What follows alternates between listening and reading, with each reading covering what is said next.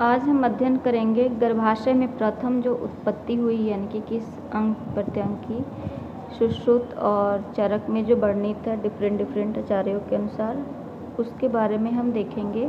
Then मानसानुमानसिक गर्भ का जो वृद्धि और विकास हुआ है कैसे कैसे ये देखेंगे हम, चरक, सुश्रुत, वाग्भट, काश्यप एंड हारित के अकॉर्डिंग।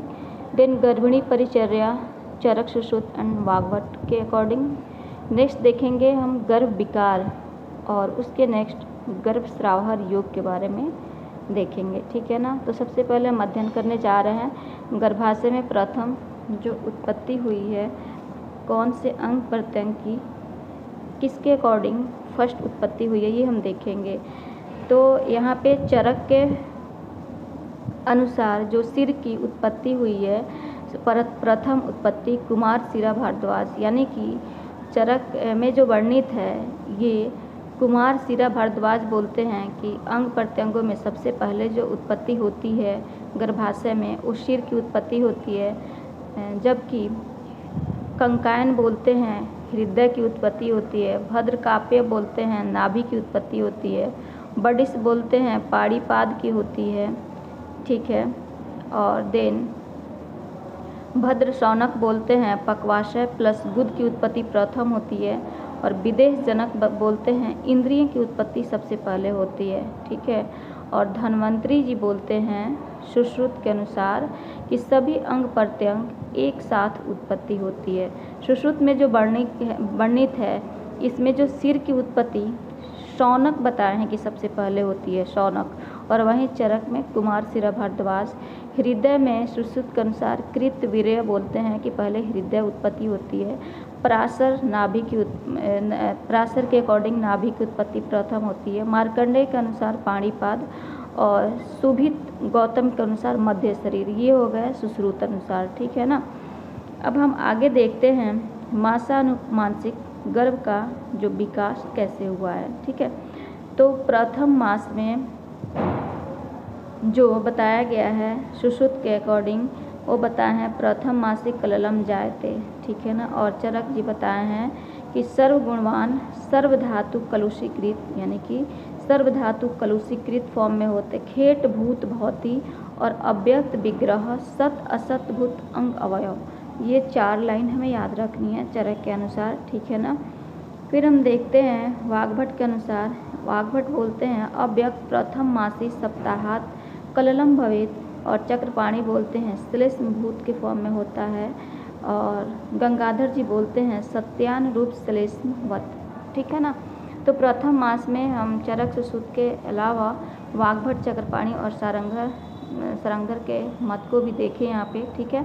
फिर हम आते हैं द्वितीय मास में। द्वितीय मास में क्या है, सुश्रुत के अकॉर्डिंग शीत उष्मा अनिलय घन संपद्यते दोषागमन बताया गया है, और जब वो पिंड के फॉर्म में रहता है तो पुरुष की उत्पत्ति होती है, पेशी फॉर्म में जब हो जाता है तो कैसा होती है स्त्री की उत्पत्ति, और अर्बुद के फॉर्म में तो नपुंसक की उत्पत्ति होती है।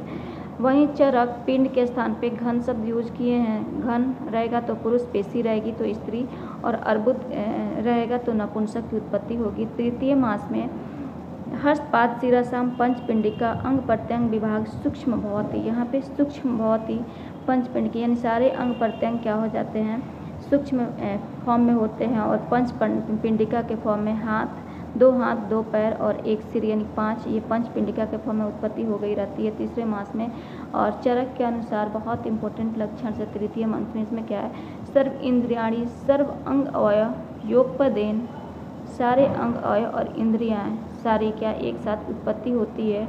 और आर्तव और दर्शनम ये तृतीय मंत्र में बताया गया है, इससे लेकर के सारे लक्षण इंक्लूडेड योनियाम अटलत्वम तक ये बताया गया है चरक में लक्षण, और इसी में तृतीय मंत्र में द्वैहृद की अवस्था बताई गई है, ठीक है।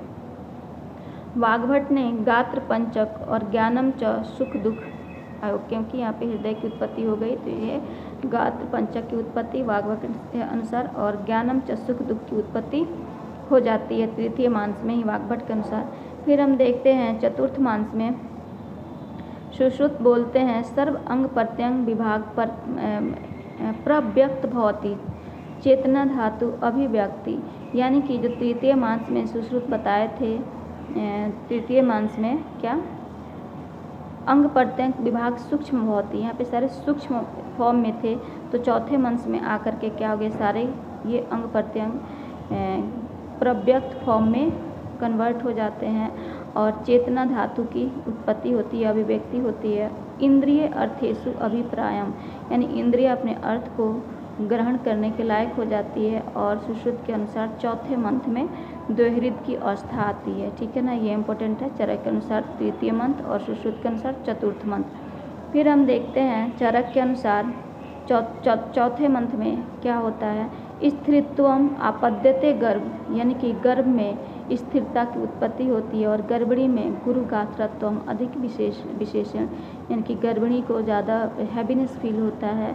ठीक है ना, गुरु गात्रत्वम होता है और क्योंकि जो वहाँ पे गर्भ होता है वो स्थिर हो जाता है, इसीलिए जो बेसिकली बताया जाता है, बड़े बूढ़े क्या बोलते हैं कि जब तीसरा मंत्र बीत जाए तो खतरा की घड़ी थोड़ी टल जाती है, आप बाहर जा सकते हो थोड़ा बहुत। ठीक है ना, तो ये है क्योंकि तृतीय मंत्र में क्या हो जाता है, चौथे मंत्र में तृतीय मंत्र तक तो सब चीज़ बन जाता है चरक के अनुसार, सारी इंद्रिया और अंग अवयव, तो इसीलिए तीसरे मंत्र के बाद भी हम ये कोरिलेट कर सकते हैं कि जो सेक्स का जो ये होता है डिटर्मिनेशन होता है यूएससी के थ्रू तृतीय मंत्र के बाद ही हो पाता है। और चौथे मंत्र में यानी कि यही बताया जा रहा है कि सारे अंग अवयव प्रव्यक्त हो जाता है सुश्रुत के अकॉर्डिंग और चरक के अकॉर्डिंग। स्त्रीत्वम अपादते गर्भ, गर्भिणी गुरुगात्रत्वम।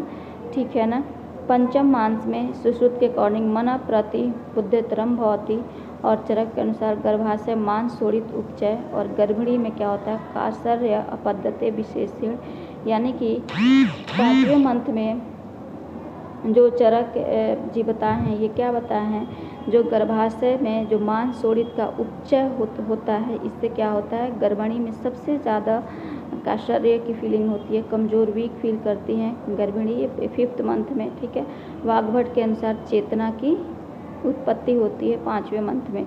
ठीक है ना, और सुश्रुत में पाँचवें मंथ में क्या बताया है, मन की उत्पत्ति प्रतिबुद्धितरम बताया है और छठे मंथ में सुश्रुत ने बुद्धि, ये प्रतिबुद्धितरम मन की, यानी कि पाँचवें मंथ में मन की उत्पत्ति और छठे मंथ में बुद्धि की उत्पत्ति होती है सुश्रुत के अकॉर्डिंग।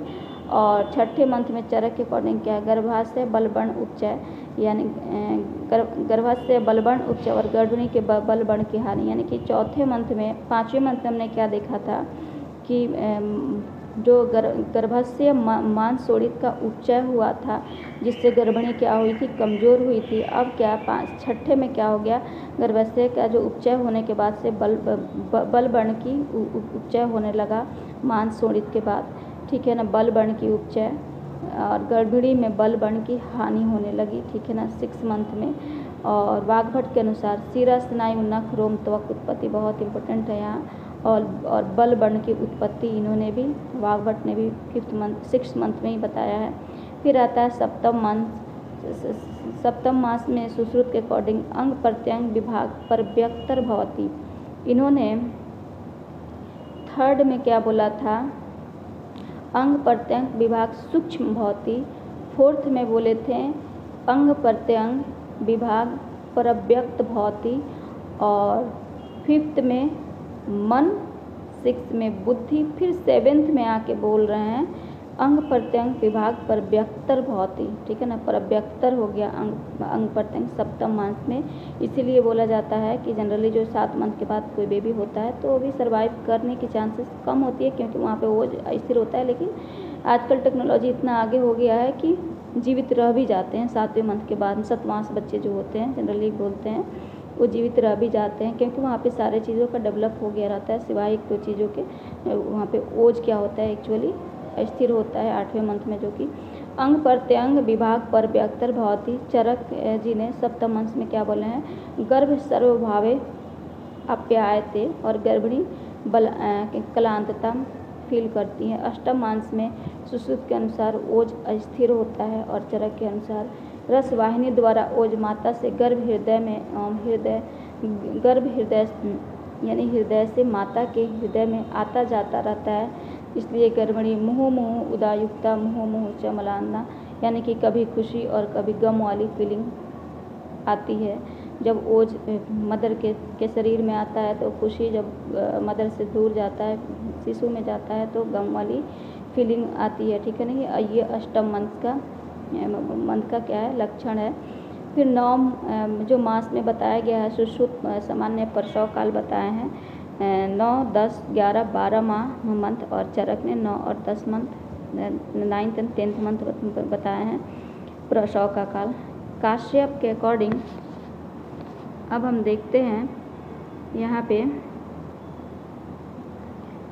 काश्यप के अकॉर्डिंग तृतीय मंथ में इन्होंने प्रस्पंदम और मन की अधिक अभिव्यक्ति बताई है। चतुर्थ मांस में कुक्षी निरामया और पंचम मांस में मांस शोणित वृद्धि बताएं। षष्ठ में बल बर्ण ओजस सा वृद्धि और मातु श्रमो अधिक। सप्तम में सर्वधातु अंग संपूर्ण वात पित्त कफान्वित और प्रसव काल इन्होंने दसम मांस बताया है। काश्यप ने हारित के अकॉर्डिंग एक दिन फर्स्ट डे कलल है और 10 दिन में बुदबुदाकार 25 डेज में इन्होंने 15 डेज में इन्होंने घन फॉर्म और 20 डेज में मांस पिंड फॉर्म, 25 डेज में पंच महाभूतात्मा और 1 मास में पिंड फॉर्म बताए हैं। फिर 50 डेज में गर्भ अंकुर उत्पत्ति, 3 मंथ में हस्तपाद और 3.5 मंथ में सिर उत्पत्ति, 4 मंथ में लोम उत्पत्ति, 6 मंथ में स्फुरण और 8 मंथ में अग्नियोग और 9 मंथ में चेष्टा युक्त हो जाता है गर्भ को। अब हम आगे देखते हैं गर्भिणी परिचर्या के बारे में। वीडियो लॉन्ग हो रहा है, इसलिए हम पार्ट 2 में गर्भिणी परिचर्या के साथ साथ हम गर्भ विकार एंड गर्भस्राव के स्रावहर जो योग बताए गए हैं सुश्रुत शरीर में, इसको हम एक साथ देखेंगे, ठीक है।